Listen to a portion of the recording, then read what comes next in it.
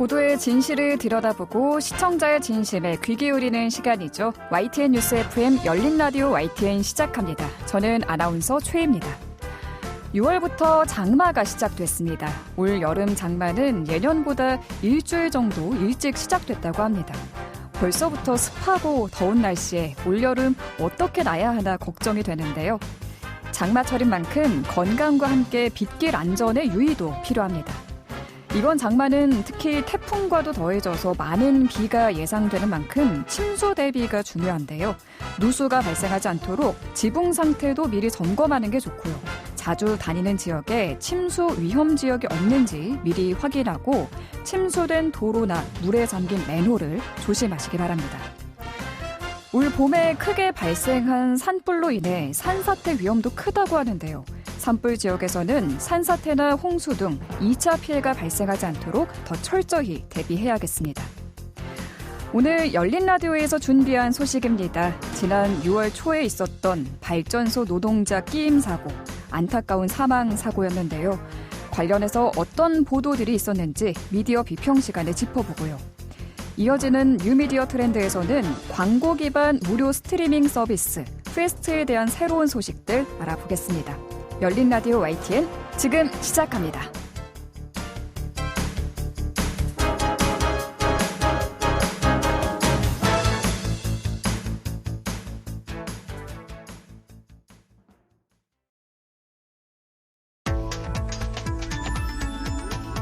미디어가 전하는 이슈에 대한 다양한 분석과 팩트체크까지 바로 보고 뒤집어보고 꼭꼭 씹어보기 위한 미디어 비평 프로그램 열린 라디오 YTN. 한 주간 뉴스를 꾹꾹 씹어보는 시간 미디어 비평입니다. 오늘은 김원경 뭉클미디어 인권연구소장과 전화 연결돼 있습니다. 안녕하세요. 네, 안녕하세요. 네, 오늘은 노동자의 안전에 대해서 이야기를 해보겠습니다. 2018년 고 김용균 님이 사망한 사업장에서 또 노동자 사고가 발생했습니다. 지난 6월 2일 태안화력발전소에서 50대 하청 노동자가 끼임 사고로 사망을 했고요. 사고가 난 지 일주일 만에 또 다른 노동자가 심정지 상태로 쓰러지는 사고가 발생했습니다. 노동자가 근무 중에 다치거나 숨지는 일이 발생하지 않도록 작업장 안전 조치를 강화하자는 요구가 계속되고 또 법도 시행 중인데 사고는 이처럼 반복되고 있습니다. 오늘은 이 안전사고와 관련한 언론 보도를 살펴보겠습니다. 네네. 먼저 김충현님 산재 사망 사고 개요를 좀 정리해봤으면 좋겠는데요. 예. 대선 바로 전날인 6월 2일 오후 2시 35분경에 충남 태안의 한국서부발전 태안발전본부에서 50대 하청 노동자가 끼임 사고로 사망한 사고입니다. 6월 3일부터 유족과 노조가 이 고인의 실명을 공개하기로 결정하여서요. 지금은 모든 언론들이 고 김충현 씨로 이야기를 하고 있습니다. 네. 저희도 김충현 씨라고 호칭을 하겠습니다. 네. 김충현 씨는 태안화력 9 10호기 종합정비건물 1층 현장에서 선반 작업을 진행하던 중에 끼임사로 사망을 하신 건데요. 동료들에 따르면 고인은 정지되어 있는 선반 기계를 혼자 점검하던 중이었다고 합니다. 그런데 사고가 난 선반 기계에는 긴급 상황 시에 전원을 차단하는 비상 스위치가 있었습니다. 그런데도 혼자서 작업을 하고 있었기 때문에 이 전원을 차단하는 작업을 할 수 없어서 변을 당했습니다. 김 씨는 한전 KPS의 하청업체인 한국파워 ONM이라는 회사 소속입니다. 지난 2016년부터 태안화력발전소에서 근무를 한 것이고요. 태안화력에서 사망사고가 발생한 것은 청년 비정규직 노동자 김용균 씨 사망사고 후 6년여 만입니다. 김용균님은 많은 분들이 아실 텐데요. 네. 2018년 12월 11일에 태안화력 90호기 발전소에서 근무하다가 컨베이어 벨트 이상을 확인하던 중 끼임 사고로 세상을 떠났습니다. 당시 김용균 씨는 입사 3개월밖에 지나지 않은 상태였고 심야에 위험한 컨베이어 벨트 점검 업무를 하는데도 조명이 없었고 컨베이어 벨트를 멈추지도 않았고 2인 1조 원칙도 지켜지지 않았습니다. 이 때문에 비정규직 안전보장과 중대산업재해에 대한 처벌 강화 요구가 빗발쳤습니다. 이로 인해서 중대재해처벌법 도입에 그야말로 여론이 형성되기도 했습니다. 예. 또 김용균 씨 어머니 등 수많은 시민과 노동자들이 장기간의 단식과 농성 끝에 결국 입법이 되었죠.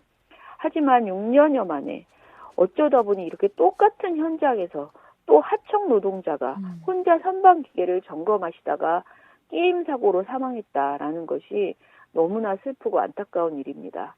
그리고 6월 9일 오후 1시 30분경에 태안화력발전소 옥내 젖한장에서 케이블 설치 작업을 하던 노동자가 심정지 상태로 쓰러지는 사고도 발생을 했습니다.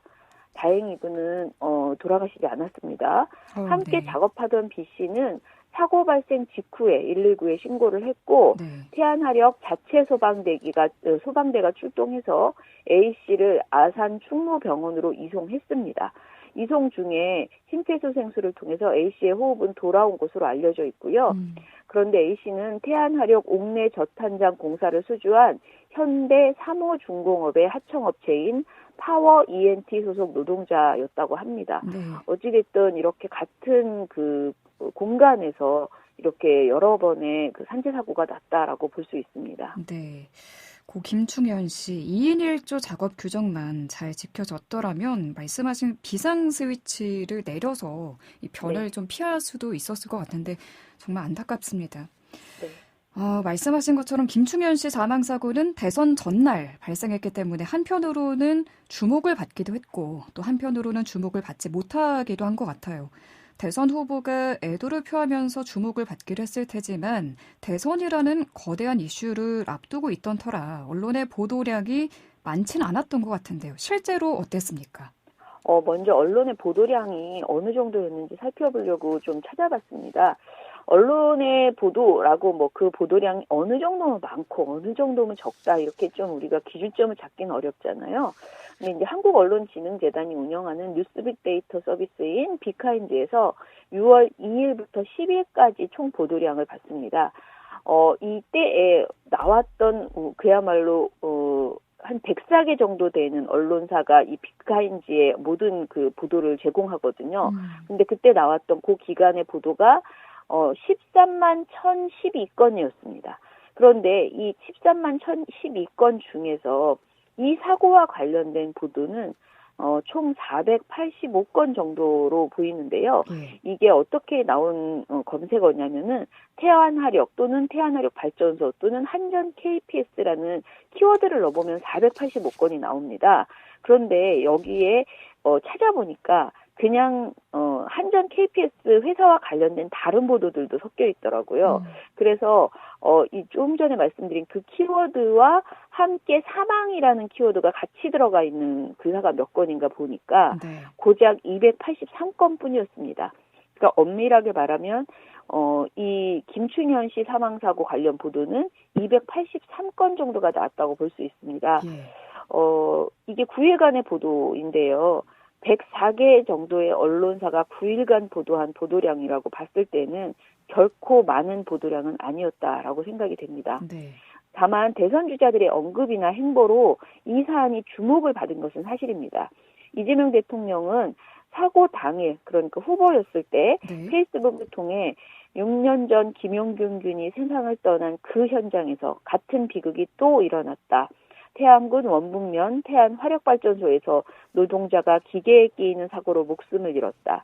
삼가 고인의 명복을 빌며 유가족께 깊은 위로를 전한다라고 밝혔고요. 관계당국은 철저한 진상조사로 사고 원인과 책임 소재를 명백히 밝히고 위법사항이 드러날 경우 책임자까지 반드시 책임을 물어야 한다. 고인의 죽음이 또 하나의 경고로 끝나지 않도록 최선을 다하겠다. 이런 의지를 밝혔습니다.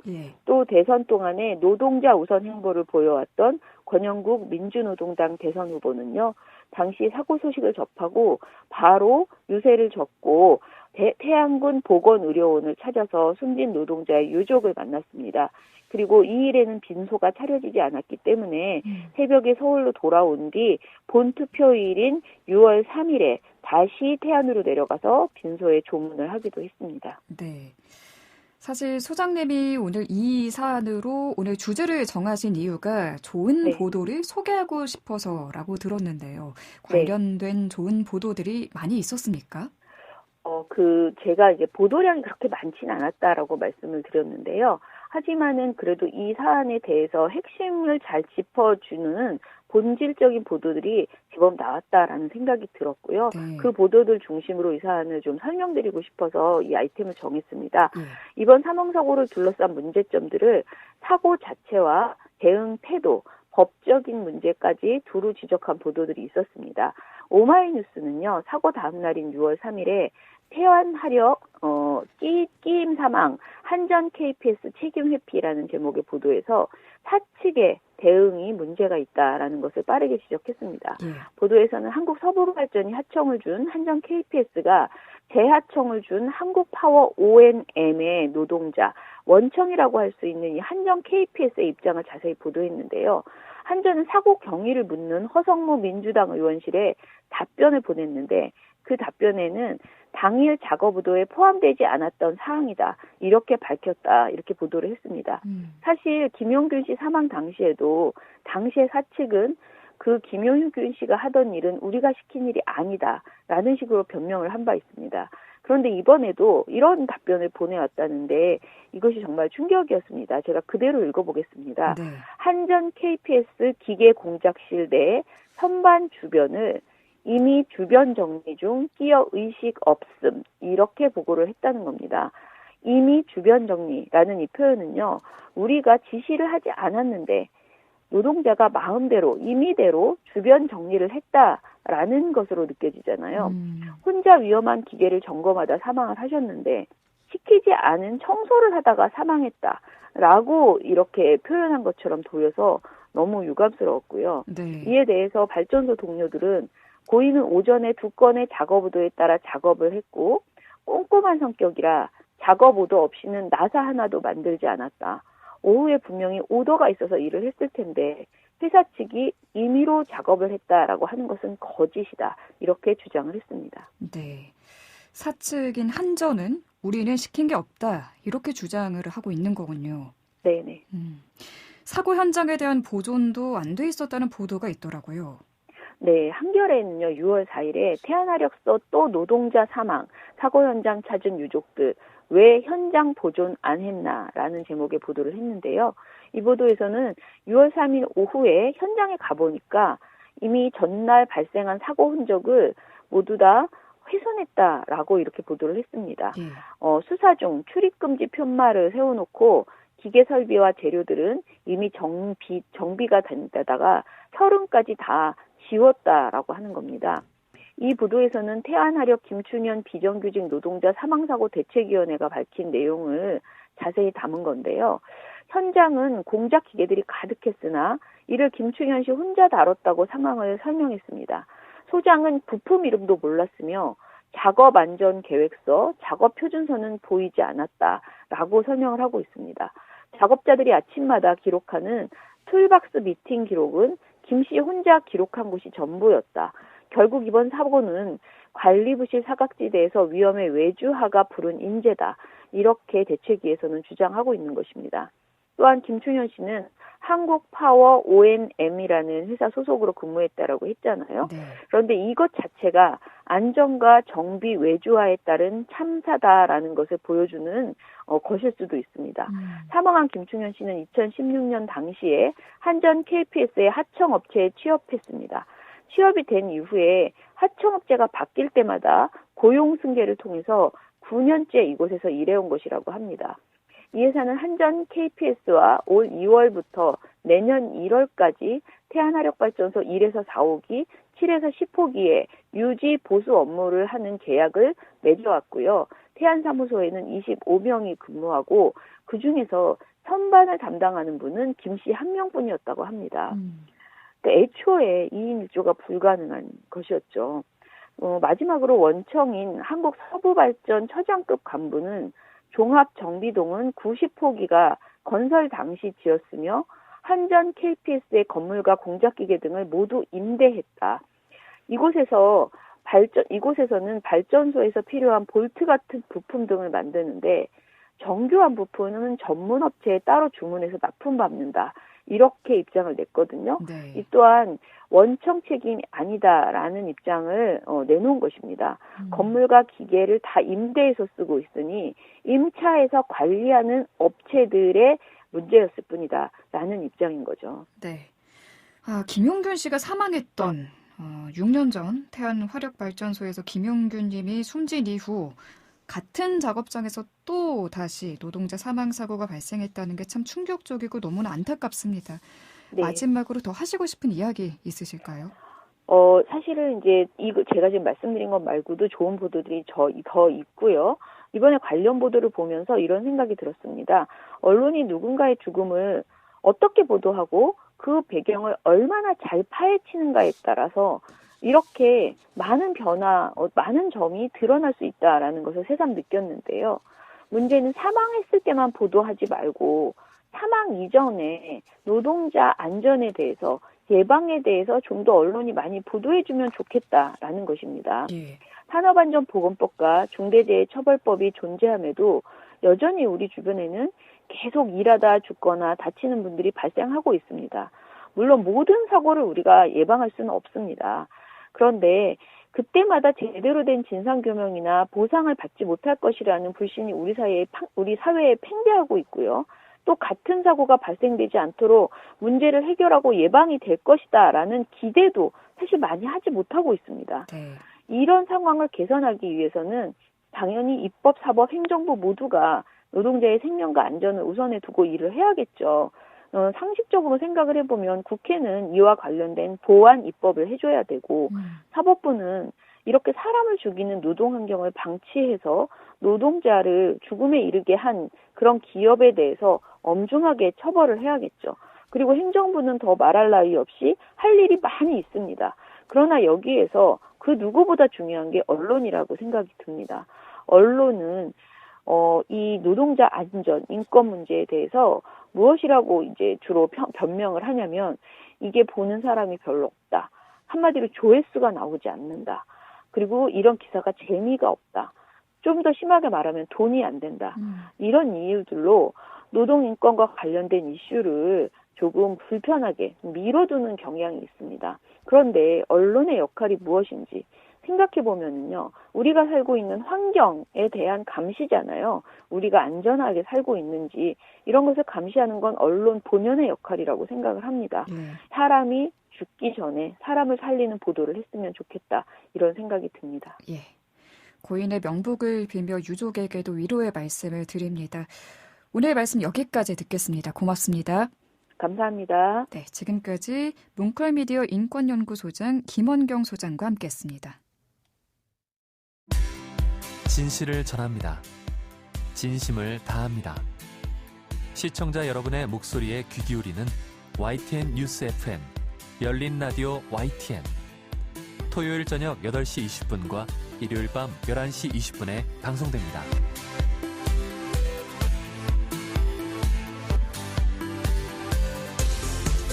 이번에는 YTN 라디오 프로그램들을 모니터링하고 평가해 보겠습니다. 오늘은 박채린 시청자 평가원과 전화 연결돼 있습니다.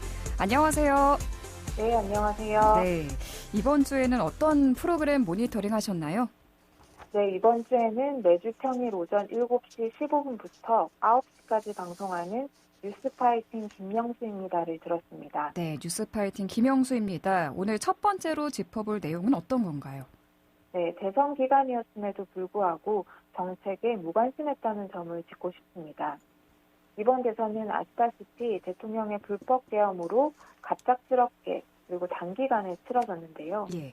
그만큼 유권자가 정책을 접할 기회도 부족했습니다. 그래서 보도 전문 라디오 채널인 YTN 라디오의 대표 시사 프로그램이라면 정책을 적극적으로 다뤘어야 했습니다. 하지만 출연자가 정책 이야기를 해도 오히려 진행자가 정쟁이나 논란거리로 논의를 돌리는 경우도 있었을 만큼 정책을 사실상 외면했습니다. 예. 지난 5월 26일 이슈 인터뷰 코너를 예로 들고 싶은데요. 이날 김상훈 국민의힘 중앙선대위 정책총괄본부장이 출연했습니다. 어떤 전략으로 남은 6일을 보낼 건가 라는 진행자 질문에 김 본부장은 일자리 창출에 대한 비전을 제시하면서 관련 정책에 대해 설명을 했습니다. 네. 그런데 진행자는 방금 답변은 정책 측면이고 선거 측면에서 보자면서 이낙연 전 총리가 김문수 후보를 지지하는 것에 대한 의견을 물었습니다. 유권자 입장에서는 누가 누구를 지지하는지 여부보다 내 삶에 영향을 미칠 정책이 더 중요한 정보일 가능성이 높은데요. 그런데도 진행자가 출연자의 정책 설명을 끊다시피 해서 아쉬움이 남았습니다. 네, 정책에 대한 부분이 좀 더 깊게 조명됐으면 좋았겠다. 이런 말씀해 주셨어요. 네, 비슷한 예는 더 있습니다. 같은 날 김성환 더불어민주당 중앙선대위 정책본부장이 출연했는데요. 네.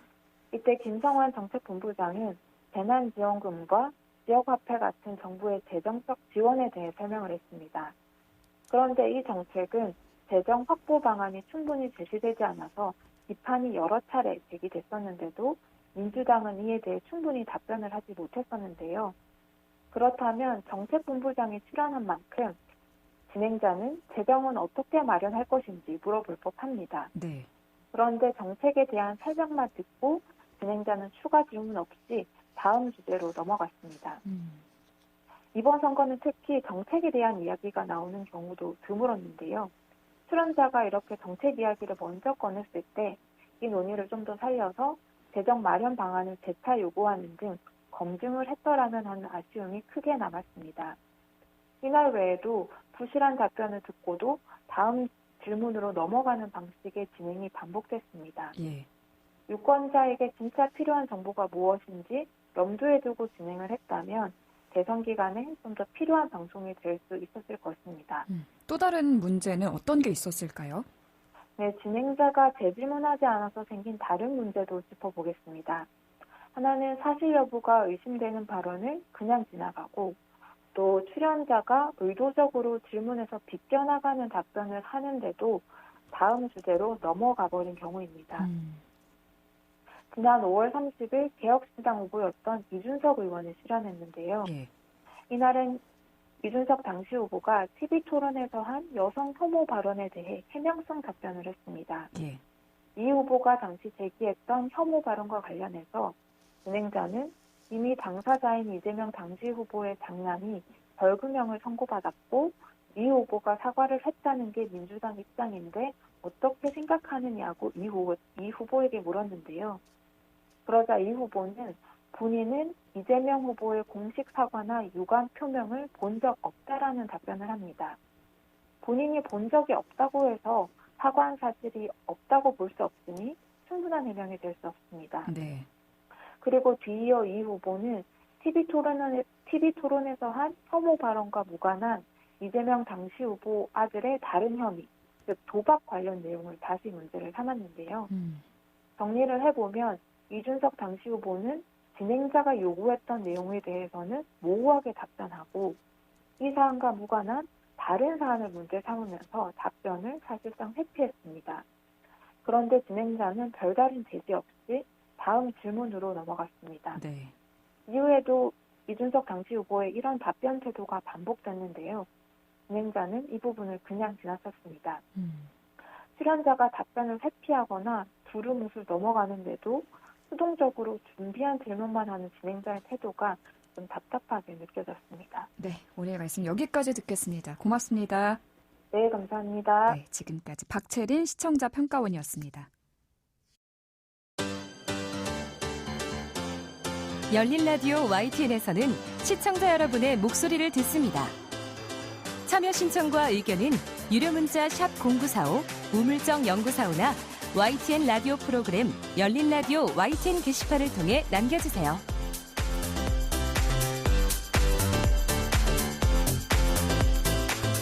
뉴미디어 트렌드입니다. 오늘도 트렌드를 사랑하는 김조한 UID 상무와 함께합니다. 상무님 안녕하세요. 안녕하세요. 네. 광고 기반의 무료 스트리밍 TV 서비스, 일명 패스트 시장에 새로운 경쟁자가 등장을 했습니다. KT가 이번에 G 라이브라는 걸 내놓았는데 이게 구체적으로 어떤 서비스인가요? 저희가 이제 이 방송을 통해서 패스트에 대해서 몇 번 설명을 드리긴 했는데요. 네네. 예, 패스트라는 거는 기존의 OTT와는 조금 다른 의미를 가지고 있는데 좀 더 다시 한번 설명드리면 Free Ad Supported Streaming TV라서 광고 기반의 무료 스트리밍 TV를 말합니다.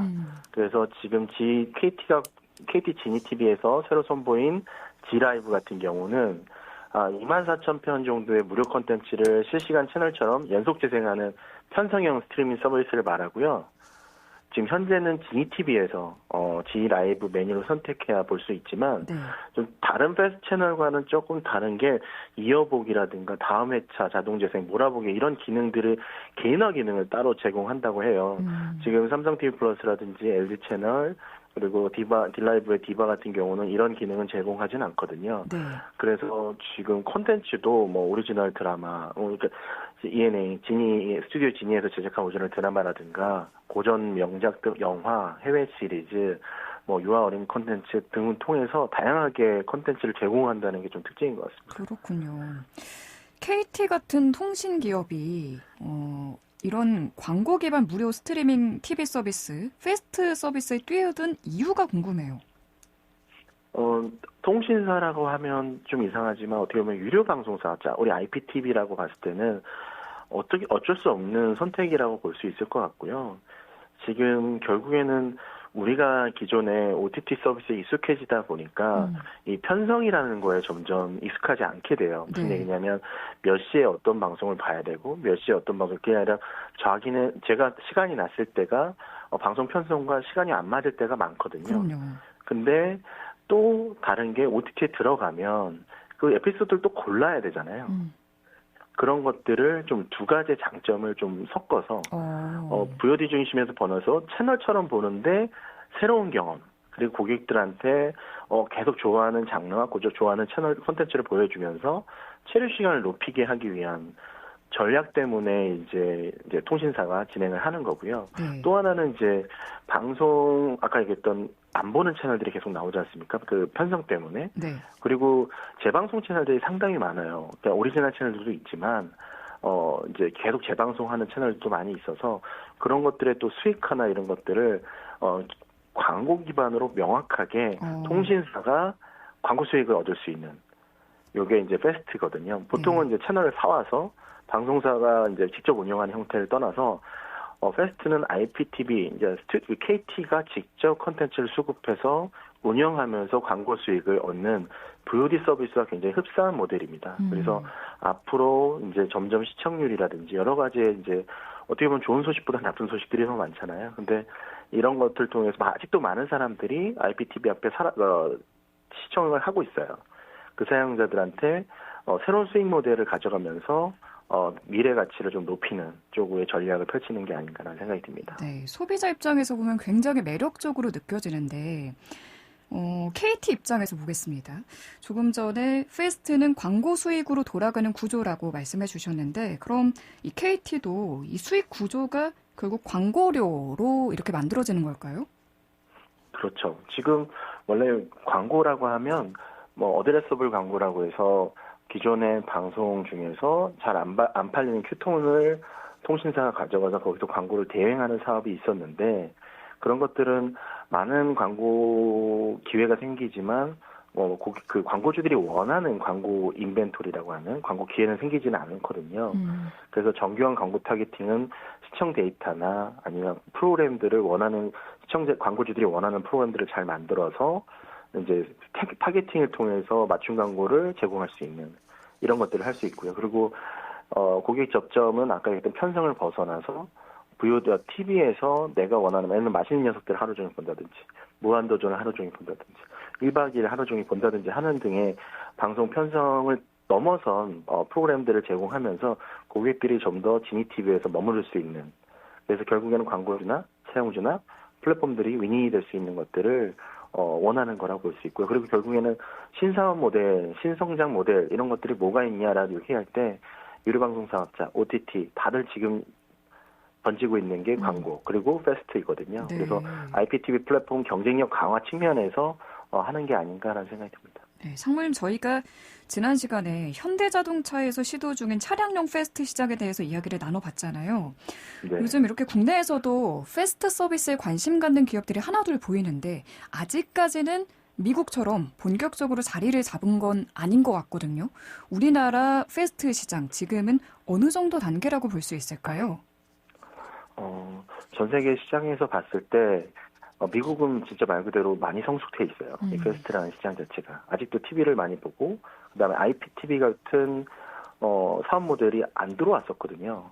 네. 아직도 케이블과 위성으로 TV를 보고 근데 OTT 시장이 펼쳐졌다가 이제 패스트가 들어왔고 지금 시장의 속도로 보면 유럽이 많이 다가왔고요. 그다음에 남미 그리고 이제 아시아에서는 한국이 그나마 좀 빠른 편입니다.